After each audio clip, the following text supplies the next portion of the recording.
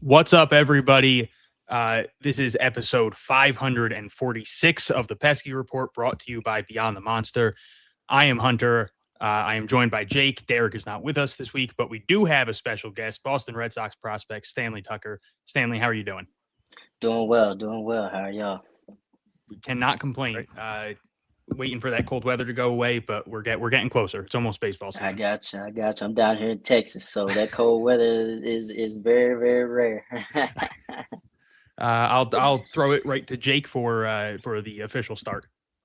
All right, thanks, Hunter and Stanley. Thanks for joining us. We really appreciate it. We love having the prospects on our minor league show. So really appreciate it. Let's start letting folks know a little bit about you, because they may not know as much about you as maybe some other prospects. But the Red Sox drafted you in 2023.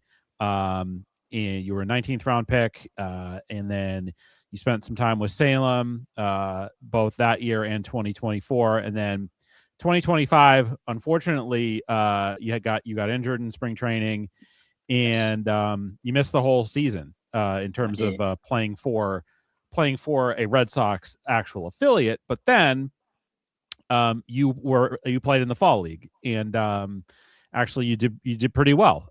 So can we talk about last season, like the kind of what happened in terms of the injury, and then was there any point where you were going to come back and play for Salem or Greenville or wherever they would have put you? And I kind of was there like a decision at a certain point to just like shut you down, and then like when did you kind of find out that you were going to play in the fall league? I know that's like a lot of different questions, but just talk about your 2025 in general. Gotcha. So 2025, it started out a little shaky. You know, I was rehabbing actually a shoulder injury from 2023. I tore my labrum at the very end of the season, and so I used the off season to pretty much get back from that. And then pretty early coming back in spring training, that's when I dislocated a bone in my wrist. I ran into a wall and dislocated a bone there. And being that the place that the bone dislocated, it was kind of tricky in kind of just knowing the recovery time. It was a day-to-day thing. So once I finished all the procedures and once I was pretty much cleared to come back to start getting ready to play, it was more of a day-to-day thing. So I never really had just a set, we're going to shoot for this date. It was more of when my body was telling me I was ready. Just the injury itself, it was kind of a tricky injury. So throughout just kind of use that process to get better, not only just with the wrist, but with everything else, and kind of just prepare for a time. And then kind of later on, got closer to the end of the season. That's when I got the nod to go to the fall league. So from then on, I guess it was kind of pretty much just, I kind of knew I wasn't going to play for the rest of the year, but I knew I was going to the fall league. Yeah. And as of right now, going into the start of the season, you feel healthy, you feel good. Like how are you feeling going in? I feel healthy. I was actually really blessed with this off season. I felt like this off season was amazing. You know, the first off season, 2024 off season was rehabbing a shoulder, and this felt pretty refreshing to have a full off season of just getting better. You know, I still kind of rehab the wrist a little bit, but the wrist is fine. Shoulder is fine, and the body really used this time to get better and get stronger. Hunter? I'm curious about the mental aspect of it all, because you get drafted in the 19th round, 2023, and there are a lot of positive aspects of your game. You know, good defense, you can play all over the field, great base running, you don't strike out a lot, you can draw walks. So like there's a clear path for you to move through the system. And then you get this injury and you miss the whole year, and you have to work your way back while you're watching guys that got drafted with you, guys that got drafted after you, move up the ladder. And obviously, I'm sure you have good relationships with these guys and you're rooting for these guys, but how is that mentally at the same time to kind of be like, man, I should be out there? And it just like, I'd imagine it just really sucks to, you know, stunt your development that early into your career. And it's like, man, I should be out there doing these things. Right. Yeah. It was tough, no doubt. It was tough mentally myself because as a competitor, you want to be on the field and you want to compete. You want to put all of that hard work that you put in during the off season. You want to go out there and show what you can do. And especially that off season, I had a chance to work with some really great people. So coming into that season, I think mentally, personally, it was just tough for me because like any other competitor, like I said, you want to be on the field playing. But in terms of seeing everybody else, continue to play and things like that, I couldn't do nothing but learn to be their biggest cheerleaders. Honestly, we're competing every single day, but it was so fun and so nice just to be able to talk to the guys after the games, just to talk to them, see how they were doing, and kind of see what they're going through during the season. There, even though I'm not there, I kind of had that part of feeling like I was there. So it was never really just I was down and out because I was seeing everybody else doing it. It was me personally because I wanted to be on the field, but I also took the blessing of being able to be there for my teammates, even from afar. Just those conversations, kind of helping them go through it. And then once I was finally able to go out there and actually do it myself, it was just that much more gratifying to be out there and compete. So then, how big was that AFL for you? Obviously, you get the call, and you end up being one of two Red Sox prospects to be on the AFL All-Star team, the other one being Luis Perales, who is not on the team anymore. But so like how vindicating was that for you to go out there and be like, hey, look, I'm still here and this is what I can do? Yeah, it was huge. It was a blessing for sure. Because and then I think that was just a testament to the work that I put in throughout the season, even though I was down. I was mentally, I could have took that time off. I could have kind of just let that take me down a wrong path. But just staying mentally strong, my support system with my family, the Red Sox organization itself, they really put a lot into me mentally to kind of keep me going, keep me pushing. I was so thankful for that. And for them just giving me the opportunity to go and play. It was kind of a testament to that hard work and dedication that I put in through that year, and kind of seeing it all play out and actually getting a nod for the All-Star team. It was really gratifying for me to know that during that time I just never gave up. So as a player, you have played a lot of different positions. When you have appeared for the Red Sox, you've played all three outfield spots. You've played second. You played a little bit of third, and then you miss all of last season, the regular season, and then you play in the AFL. And it looks like you played exclusively second base in the AFL. Where do you kind of see that shaking out going forward? Do you is it you feel comfortable at any spot? Are you kind of mostly focused on second base now?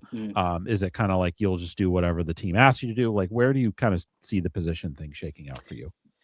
For me, it's been kind of like what it's been, just the versatility. I really take pride in that, and so going into off-season work is working every position like that could be the starting position for me. So going in, it's kind of what you said, that mindset of wherever the team needs me, wherever the manager needs that day, or wherever I can best help the team, wherever I'm at. That's kind of how I look into it. And so I just stay prepared, no matter if it's having to suit up at third base, center field, second base. I just want to be fully prepared to be wherever the team needs me that day, and be able to play at a high level. So how do you prepare, like, because those are all, those are very different spots, obviously. Like center field is very different from third base, and second base is very different from right field. So in the off season especially, and I would imagine kind of during the season too, how do you keep all of that stuff? How do you keep track of all that stuff? I'm always curious from a guy who, the term utility player gets thrown around a lot, but you're trying to be kind of the best you can be at 5 or 6 different positions. Right. That seems challenging, both from a mental standpoint and from a physical standpoint. How do you manage that? Yeah, a lot of the managing goes into the physical standpoint, mentally as well, but the physical standpoint throughout the year, just being able to prepare and practice for all the positions. It can get taxing when you're trying to do outfield and infield in the same day, or just kind of trying to get it all in. But the coaching staff for the Red Sox, we do a really good job of sitting down with them, talking with them, and kind of building out a plan to where I can split it up to where some days I may be an infielder, some days I may be an outfielder. I'll say some areas in my game where I want to shape it up there, and I'll go and tone on that more. But it's really a good mix of all. But a lot of it as well. Outfield, I would say I have a lot more natural tendencies in the outfield. So I kind of use that to my advantage a little bit. So I put a lot of effort in my infield, just kind of hand work, fielding work. I try to get at least some kind of infield in every day or every other day, to where I'm just out there practicing outfield. A lot of my reps come from, I would say, BP, being able to get live reads off the bat in reads and going into the gap in there. So it's pretty much different ways you could break it up, but we do a really good job of managing the load. You mentioned that you still were able to keep in touch with a lot of the guys and talk to them after games and everything. Is there anyone in particular that you feel like you've formed a really strong bond with? Oh yeah, no doubt. Nelly Taylor. We got drafted together. We've been in the same draft class. I would say the three, Nelly Taylor and Christian Campbell. We all pretty much we stay kind of tight on the communication, especially with Nelly after some games, we would talk. He would tell me what's going on. I would tell him what's going on, and we'd kind of just call and check in on each other throughout the year. That's big when you have teammates like that. When you have guys who really care about each other. We're always competing against each other, but at the end of the day, we form relationships that we'll have for the rest of our life. So just having that support system within the system, that is really big, and it really helped me out a lot during that time. And then I'm assuming you were in Fort Myers a decent amount last year. I was. Did you get to meet any of the 2025 draftees, and were there any veterans that were there at all that helped you? Yeah, I got to meet the 2025 draftees. They were there after the draft. They came down, so I was still there when they got in. And then I think that was the biggest blessing, just being able to be down there with some of the veterans that were down there. Cutter Crawford, he was down there a lot, and just being able to spend time with those guys, and just being able to eat lunch with those guys and just pick their brains. I know Dustin May was there for a little bit. We got to sit and pick his brain a little bit. So just being able to take everything you can to better your game, it's a huge development step in your game, and that's one thing that I really I took pride into every single day, just going in and not being afraid to ask, not being afraid to just being to be there and learn something new, even throughout the rehab process. So let's go back to, give folks an idea of kind of your background when it comes to, playing. And, because I was reading some of your bio info, and you kind of, your college career, especially and I feel like this is more typical now, but I feel like it happens with more people than it doesn't, where you're kind of bouncing around one year to the next. And you were kind of caught up in a little bit of some of the COVID stuff. Like, you were supposed to go to one junior college that ended up not having their season, so you went someplace else, and then you ended up going back to that junior college, and then you ended up at A&M. So can you talk a little bit about, like, out of high school, kind of what was your goal in terms of baseball, and then how did it kind of change and evolve over the course of your sort of college career? Okay. So out of high school, honestly, my original goal was to just show people that I can really play the game. I felt coming out of high school, I really just didn't get a lot of recruitment from, Division I programs and these and that. And so I had really the opportunity to go to New Mexico Junior College. The coach there, Mike Robbins, he was actually my travel ball coach throughout high school. So he was one that really, really, truly believed in me. And so taking that opportunity, the original goal was to just show people that I could really play. And throughout there, I had the little hiccup with COVID the first year, but got a chance to play and had a really good first year. And then going back to New Mexico, going into that season, it was a real possibility. Like, just having conversations with my coaches and things like that. And like, hey, you came in with the goal of showing these people that you can play. Well, you did that, so now they're here. But also now I want to broaden your goals. Like, I know you always said you wanted to play pro ball, and now it's a possibility. And so now we're really going to work to know that it's a possibility. So that was after my first year of junior college. Pro ball really came into my mind, like, okay, I can do this. And so finishing the second year, I had the opportunity to either go to Texas A&M or go pro ball. But I would say it was just a revolving like goals. The first year was just show I can play, and then after that, I showed I could play, and so I was like, okay, let's really go how far. Let's see how far I can go. At the end of your sort of junior year, did you have a thought, like, I guess the draft process is interesting to me because you end up, not, you got drafted the second to last round of the draft. And, did you think that it was a possibility that you were going to go back for your senior year, or did you feel confident that you were going to get drafted? And if you did get drafted, like, that you were going to get, the bonus you want? Like, I'm just curious about, like, how the sort of end of your junior year into the draft, how that all kind of like played out.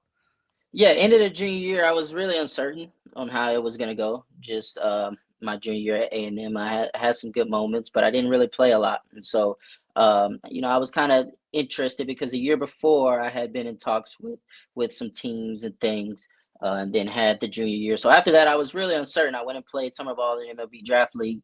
And so after that, I kind of just sat with the idea. Was like, hey, if I get the opportunity, I'm gonna go, and if not, I'm gonna go back. And so going into that second to last round, when I heard my name called, it was a blessing for sure. It was very exciting, and I knew from then on that I was gonna go and play professionally. Earlier, Jake asked you about like the preparation that it takes you because you're playing different positions. So the first smaller question I want to ask is, how many gloves do you own? Honestly, I own 3. I have 2 outfield gloves and 1 infield glove. I love the infield glove that I use. I got that glove in actually my junior year. And I've been using that glove ever since in the infield. And then the outfield glove, I got that when I first got drafted. I just recently got a new one. But I'm really one of those guys. Once I get something that I love, I'm really stuck to it. I feel like it's just formed to my hand, and it's perfect. Kind of like that Dustin Pedroia. I really love the glove. My glove is my glove. So, I have looked into getting newer, maybe another infield glove here and there, but I just love the one that I'm using. So, yeah. See, I was a 1 glove kid. I had so even if I was playing shortstop, I was wearing an outfield glove, which probably wasn't the smartest move in the world. But then there were guys on the team. There was one kid that had like a glove for basically every single position. Obviously, his parents had a lot of money, so that helps the situation. But and then the other thing I wanted to ask was, you talked a little bit about preparation and everything. Do you have any specific pregame rituals, whether it's you have to listen to a song, or you have to eat a specific pregame meal, or you have to wake up at a certain time, do a certain type of workout, run to the field, whatever it is? For me, I wouldn't say I have just one thing that's just specific that I have to do or this and that, but I am big on just a routine. Like, I have the routine in place on what I like to do every day, and it could fluctuate. Like, some days I may feel like I need to do this, do that, but I have a set routine that I like to do. I like to get to the field at a good time, and I like to prepare myself for the game. But I wouldn't say there's just one thing where it's like, oh man, I gotta tie this shoe tighter than the other one every day, or I have to run to the foul pole and back before the game. I mean, a big thing for me, I pray before every single game, and I think that's one thing for me that kind of just locks me in for the game. I'm locked in from the moment I step into the clubhouse for the day. But what really gets me in game mode, when I'm down the line and I pray and I give that time to the Lord before the game, and once I'm done, once I get up, it's time to go. So, do you get nervous? Like, are you one of those just kind of like you're locked in and you're fine and you're breathing fine, or are you nauseous before a game? Some people even might throw up. I don't know, but I'm always curious how people handle pregame jitters when you're, playing professional sports. Cause I remember being in middle school and throwing up before games. And it's like, this is a middle school game. Like the stakes couldn't be much lower than they are. Yep. So I never forget, I used to, at the beginning of my career, of course, I went to JUCO. We didn't really have big crowds or anything like that. So I used to always say, "Oh man, I'm ready for the crowd." Like when there's a crowd or whenever, like that's nothing. I can play through that. And in the first game at A&M where I had to play, and just the crowd and being there, I remember I tell the story all the time. I was on deck and I felt like I could hear every single individual conversation that was going on in the crowds. I was really nervous. And that day it hit me. I was like, okay, I might need to start preparing myself for this, because this is what it's going to be like if I want to keep doing it. So at this point now, I don't really get as nervous anymore. I don't really get a lot of jitters or anything like that. I'm a naturally I have a lot of energy. So I try to limit the caffeine before the game before I have so much energy. But I kind of just let that natural energy from the crowd, from the game, from my teammates, from myself just kind of flow. And once that game starts, I don't know, it's just something about stepping over that line. And once it starts, it's kind of like I'm just locked in and I have just to have fun. I don't really get nervous. I know in some big spots, big spots or big situations, you will get a little riled up. You will get heart racing and blood flowing a little bit, but that's where other things of preparation like breathing and being able to just slow down the moment, a lot of that's preparation before the game for me as well. So I've done a pretty good job of toning in and being able to control those moments. But for the most part, I'm pretty just easy going. And then is there like a pregame set list that you have? I mean, you're from Texas, so there are some elite tier Texas rappers that I feel like need to be thrown in the mix somewhere. Bun B, Pimp C, Paul Wall. Like there might. I don't think Mike Jones is from Texas actually, so I'm gonna strike that one. But like there's a lot of Chameleon. I know his phone number. We can call him. Of people. So I feel like you are from an area where there's a lot of people you probably heard a lot of growing up that might have just kind of been forced into your mix almost. Right. So I honestly don't even just have playlists on my phone. I haven't honestly just sit the time and make playlists or anything. And I'm the type of guy, I listen to everything. I love music. I'm the person, I always have a song in my head playing. People always ask me, why are you talking to yourself? This and that. No, I'm just singing. Like I have the rhythm of the game. Like I wake up with the song in my head. I go to sleep with the song in my head. So pregame, I honestly just go off of how I feel just because I love music so much. So, I mean, a lot of times though, I can say it's not a pregame thing, but when I'm in a cage or like I'm hitting by myself or stuff, I have a lot of people say I have an old soul. So I'll listen to a lot of just older music, Stevie Wonder, things like that, just to kind of keep me like groovy. Like I kind of keep groovy, kind of a real like mellow feel, because like I said, I can get riled up. So if I'm listening to riled up music, I can get really riled up and really ready to go. That's just a natural energy in me. So I kind of keep the riled up music to the weight room or things like that. But when I'm hitting or when I'm getting kind of in game mode, I either I like gospel music as well. I listen to gospel music to keep me level headed. But I just like that rhythm. I like that groovy because I like to just play. Like I just like the flow. Playing a lot of positions, not knowing where you're going to be that day or this, walking to the clubhouse, manager might say, hey, play third base today, and say, I haven't even played third in a year, but, just being able to stay groovy, stay level headed. That's the music that I listen to, just to be, hey, just flow through the game, and however the game comes, just let it come to you. It's awesome. I want to go back to kind of talking about your game a little bit. So you are one of the things that I think we've seen a lot from you is your ability as a base stealer, and that was a big thing for you in Arizona, was that you were 13 out of 15 on stolen bases in those games. Is that something that you've always that's always been part of your game, and how have you kind of how do you develop that? How have you worked on that? Because like it's an interesting thing, because I feel like stolen bases are maybe they're becoming a little bit more important again in the game because the bases are bigger and that kind of thing. So just curious about like how you approach being a base stealer.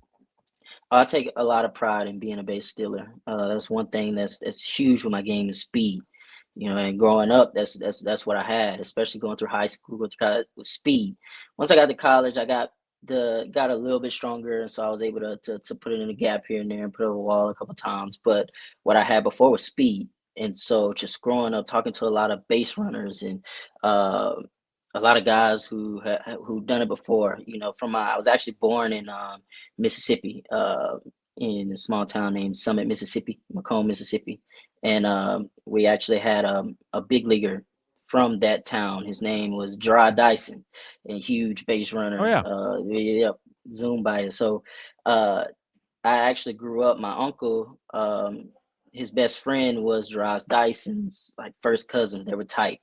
And so just being around them all the time and just like talking and learning a base runner from him and what he learned from Dyson and things like that, and just being able to know like, hey, this is going to be a big part of your game. So let's teach you the ins and out now. Let's teach you the little things that you can do, to where now with the games with bigger bases, with pitch clock and things like that, is things for me to pick up, and I'm like, okay, I can add that to what I can do. And so just learning every single day is one thing that I take pride in, just is the base runner side of it. And I know that ways that you can create runs are big in the game.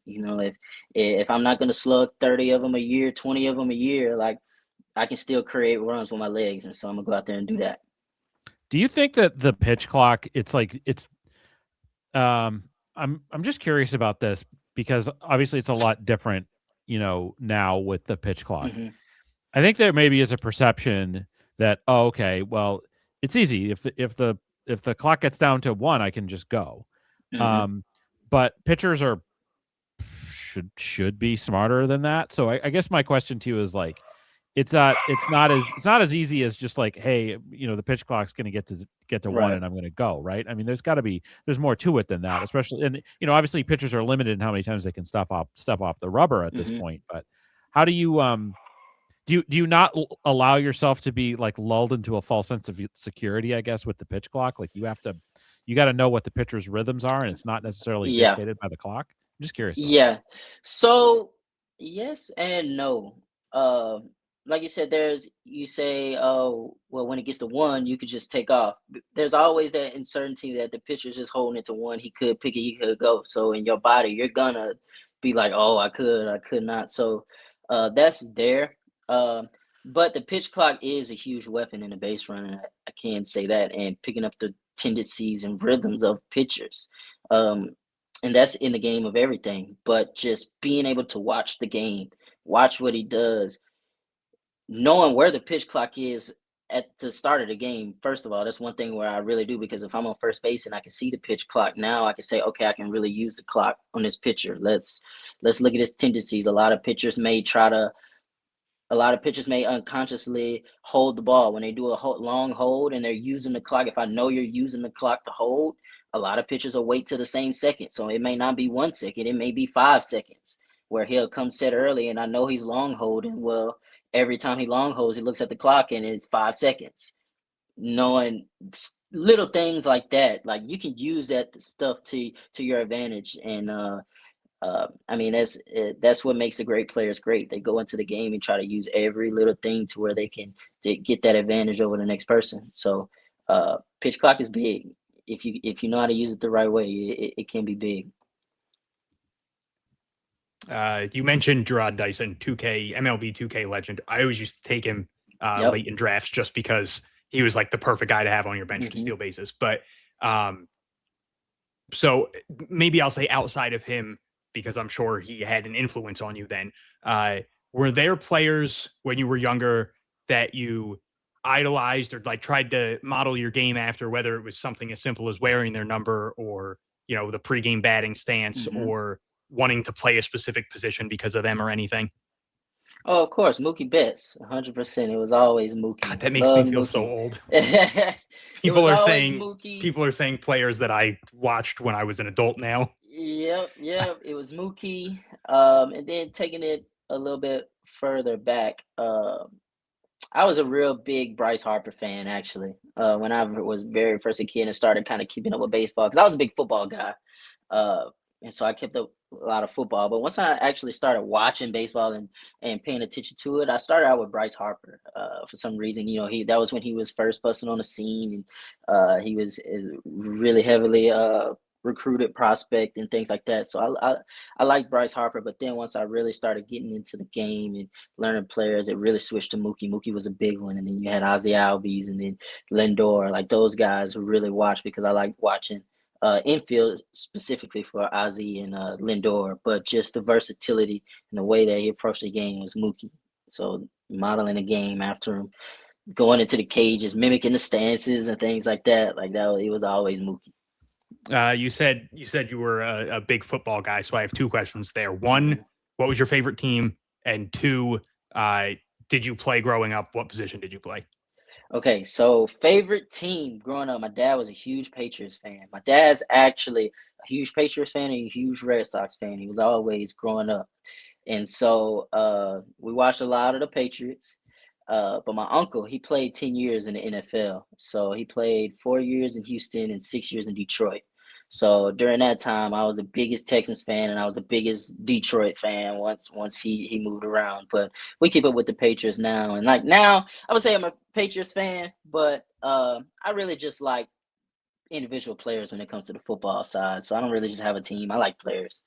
But growing up, I did play all my life. I played as a kid.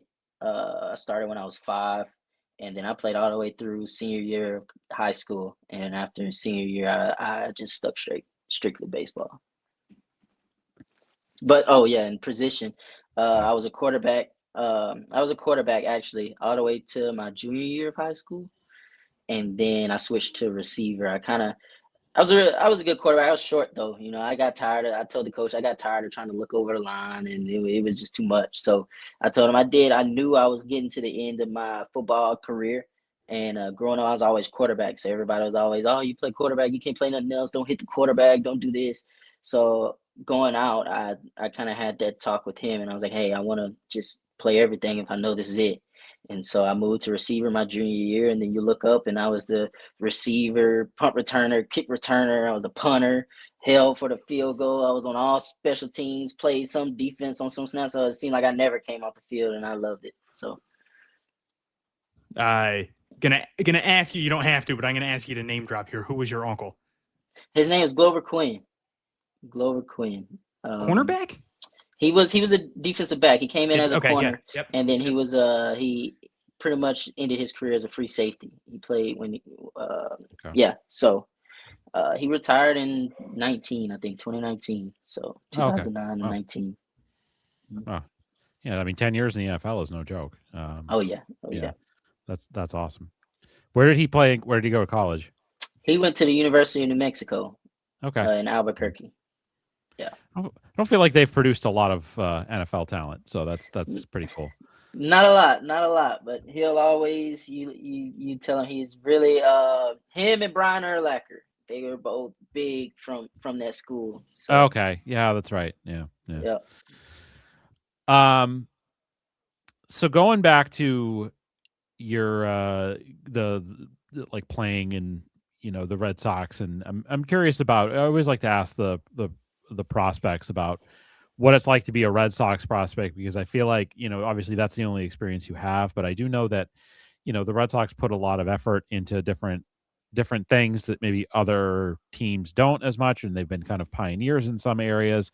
And I was curious about if you have been involved at all with the bat speed training program, and what, for you as a hitter, have you been part of that? What's that been like? Is it something that because I'm not sure, I don't know that everybody is necessarily a candidate for it, but like, I'm just curious about how they, I'm just curious if you've been part of that and what it's like. Yeah, me currently, I've been a part of the bat speed program, and we do a lot with different bats and things like that, different ways that we can train our bat speed to really use that as a big tool in our game. We're always looking for ways to get better. In one area of my game that it could be a lot better as bat speed, you know, a little bit more damage to the ball. So taking that, we pretty much train that in season and out in off season. You know, we do a good job of communicating, and we have different ways of measuring it and things like that. But for me, everybody is different, but for me specifically, you know, I have a couple days of bat speed here and there, and really kind of use that to model up or build a plan or whatever for development. So is that like increased bat speed and that kind of thing? Is that a goal for you this year? And I'm just curious, I guess, also of if you look at this season that's coming up here, like what are some of your goals? Like what are the things that either the Red Sox have said they want you to focus on, or things that you yourself want to try to make sure that you focus on, like goals that you want to try to achieve this year? Yeah, bat speed and getting stronger. That's a big one. Kind of just doing more damage to the ball, more impact. You know, I had it during the fall league specifically. I had some really good bat speed numbers here and there.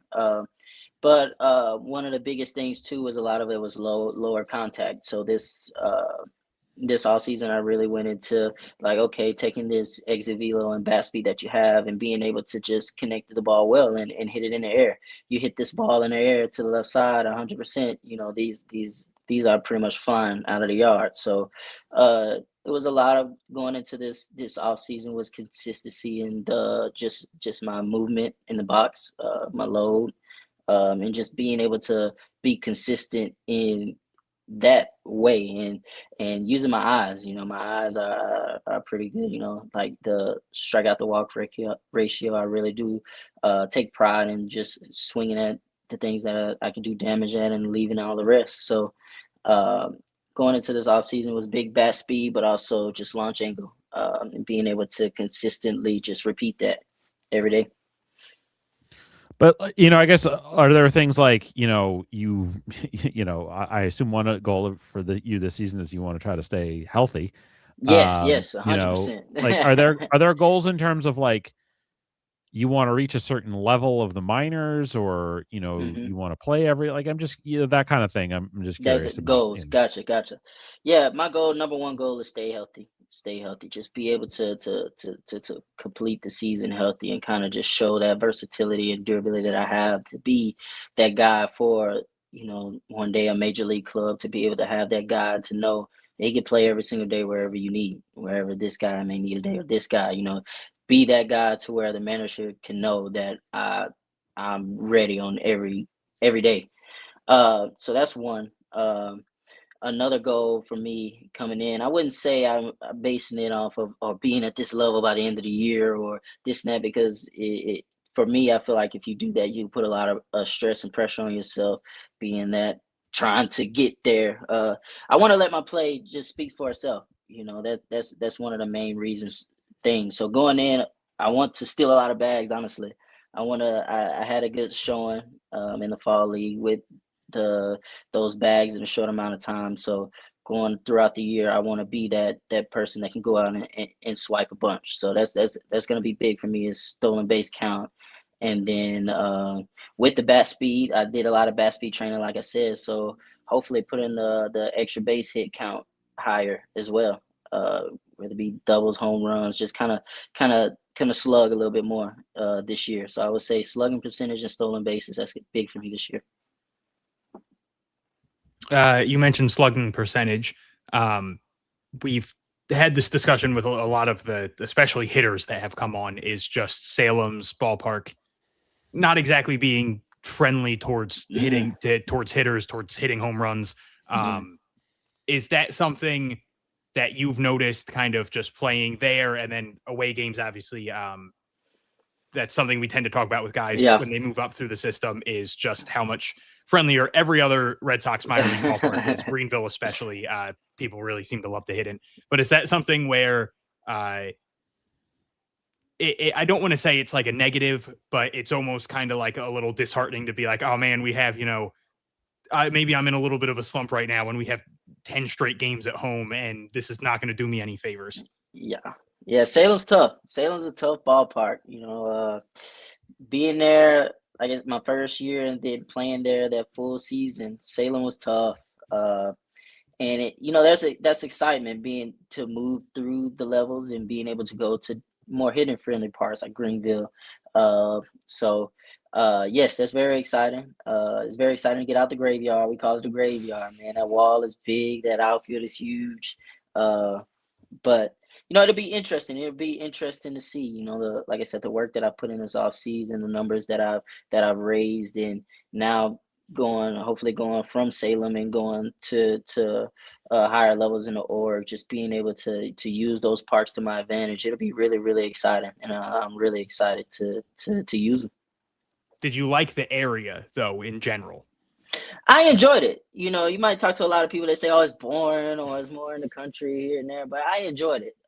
Me personally, I really take the time. I've been so many places in my baseball career. So in every single place, I really take the time to really get to know the city and really go around the downtown area and here and there. So I love the kind of the old vintage feel of Salem. It was interesting for me. So I enjoyed it. I did. Not counting whatever you would consider like your hometown field, because that one obviously will have like a special place in your heart. But is there a place that you played baseball in that was just like really stands out to you as memorable for whatever reason? A place that I played baseball in, it just stands out.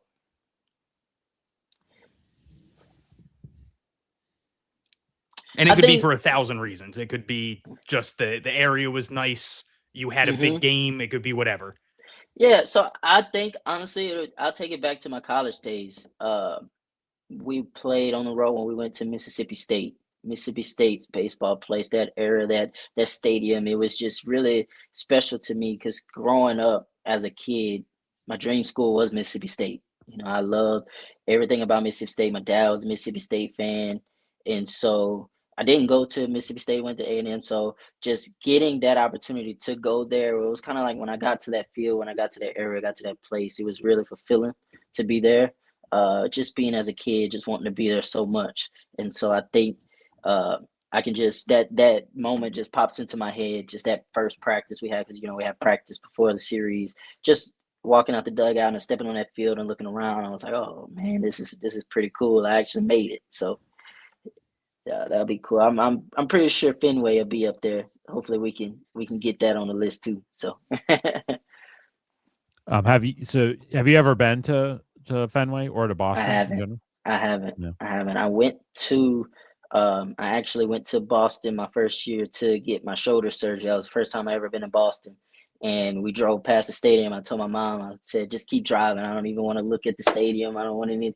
So the first time I want to see the stadium or be in the stadium will be the debut. So I'm kind of saving that one for that moment.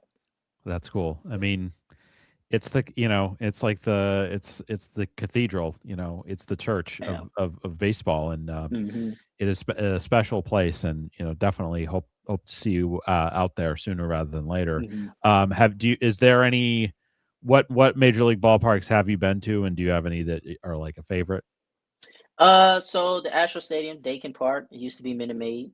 Just growing up in Houston, we used to go there and got to play there a couple times. So that one, went to Truist in Atlanta. That was a really nice one, especially the kind of newer area. And where else have I been? I honestly want to say that's it. Just Dakin and Truist. Yeah, I feel like the park in Houston, when they have big games there, it seems like it gets pretty intense. Yeah. It does. It gets loud. The fans, they love it, especially after that World Series in 2017. It seemed like everybody in Houston now are Astros fans. Before then, you really didn't hear much about them. After that, it was the whole city was they'll flood the stadium fast. So I think we've asked a version of this question before. Were there any, when you were with Salem, like, were there any other parks that you played in that you really liked, and were there any that you were like, yeah, this is not a fan of this? Yeah. One of the parks I really liked was Augusta. I liked Augusta just because that was where I hit my first home run. My first professional home run was Augusta, so that place is always pretty cool to go back to. And I really liked Columbia, the Fireflies, that area, the kind of the town area, and then that field. It was nice. It was really nice. And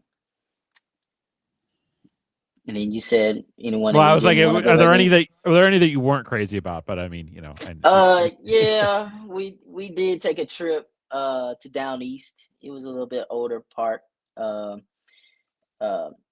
That's all it was just about. It was just an older park, and it was kind of just raining that entire trip. So it was just a tough trip just because of the weather conditions and things like that. So I think that was a big thing. Just I really didn't like that trip just because of the weather that week. But every place was pretty nice. So, what was like the longest for that year? Because I know it kind of changes year to year, but like, which one was like the longest bus trip, and how long was it? Delmarva. Delmarva was the longest, and I think that was around 8-9 hours. Ooh. 9 hours. But how do you do that? I just am curious. I don't know. You had no choice. You figure it out. You have some people lying on the ground. Hopefully you get you a spot where you can lie across the seats, but you just you make a way. You make a way, and it's. Some people don't like the bus trips. I kind of like the bus trips. I like the bus trips. I like everything a part of the journey. So they might get tough, but hey, it's all a part of it. Now I feel like I don't know how this has changed through the years, because like my guess is that back in the day, guys they'd play cards, or they would talk or whatever, like a long bus trip like that. Is it now kind of more just like everyone's kind of just doing their own thing, and they're like looking at their phones, or they're like you try to make it like somewhat fun on those trips? Like I don't know, like I'm curious. It just depends. It depends. For the most part, people kind of be in their own lane. But you have your groups or whatever that like to play cards. We'll do stuff together sometimes. It just depends, especially on long trips. You got a lot of time, so the whole time you don't just want to be cooped up in a corner. We'll do some things together. We'll play cards. I know me and Nelly will play cards a lot. We play cards all the time. It got to the point where we'll keep the cards on us, and we're playing cards in the gas station when we stop, or we're playing cards like in the dugout right after the game. We're just playing cards. So, that was a big thing. We'll play the cards, and then just little different things like games we'll play with each other on the bus, kind of keep it fun. But for the most part, I would say it's whatever, kind of in your own lane. So you haven't been, you were hurt last season and you were rehabbing, so you weren't like around, a team necessarily as much. But do you view yourself as being do you try to be like how would you describe your own clubhouse presence? Like, do you try to be like an energy guy, like trying to somebody that tries to like be positive, and like if somebody else is struggling, maybe you try to be there for them? Or are you kind of like more, you seem that seems more of who you are just from talking to you, but I'm just curious about like, how do you kind of view yourself as a clubhouse presence? I mean, I would say as a clubhouse presence for me, I'm just a big positive guy. I love being, just kind of being positive and seeing the good in a lot of things, because I mean, we play a game that we fail 70% of the time. So if you find yourself getting stuck in those failures, you can really go down a snowball, and it could really get bad. So for me, I really take pride in just being able to take, even if it's one small thing, take the good out of the day. And I think that just resonates, and just to me as a person, I don't try to go in and just be the big energy guy every single day, or forced to try to be this guy. I think just kind of how I carry myself every single day. I really, really take pride in, and like I said, my routine every single day, and just being the same person every single day.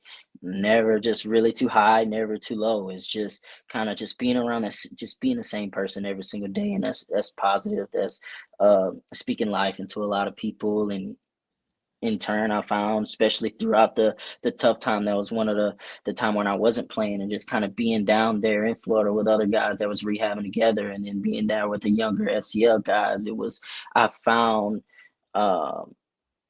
I found uplifting spirits in helping other people. That kind of helped me, not being just sitting down wailing and, man, I'm not playing, but just letting everybody know, hey, we got another day together. Let's do it. One foot out of the other, and let's get better. And just that positive speaking into the next person. And like I said, it helped me a lot. So I hope just speaking to the other guys in the clubhouse and things like that, I get that positive nature out of me. But I really just take pride of being the same guy every single day.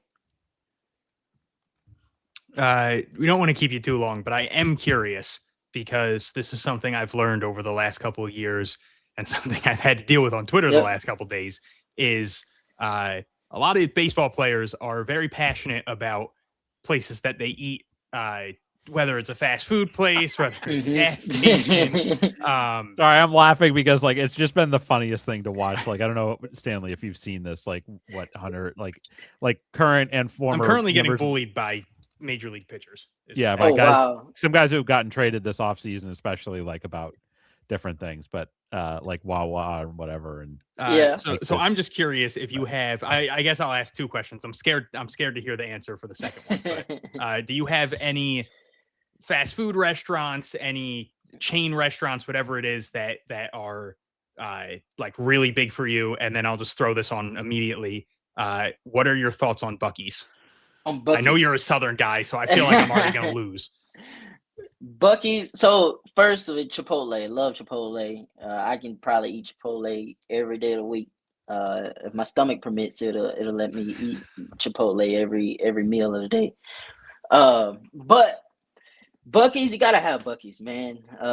Growing up in Texas, that's just a staple of every trip. Like, why'd I ask him? I mean, that's a staple. That's a staple to every trip, going to a Buc-ee's. I mean, when you go into a gas station, you're going to a gas station, you see people walking around with shopping carts at a gas station. It's like, come on, man.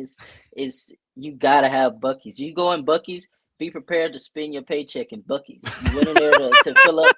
You went in there to fill up gas, and now you're looking at brisket mac and cheese. Like, what? So like I don't have a dog in this fight, because like where I live outside of Boston, and we just don't have a lot like this, other than like these sort of normal fast food places and restaurants, and we have the same like we have Chipotle and all that kind of stuff, but we don't have anything like Buc-ee's or Wawa or Sheetz or whatever. Like, I was down in Virginia like last weekend, and it was like right next to a Sheetz, and I'm like, wow, this place is like, it's kind of happening. But I don't know if it was Hunter Dobbins, who said that.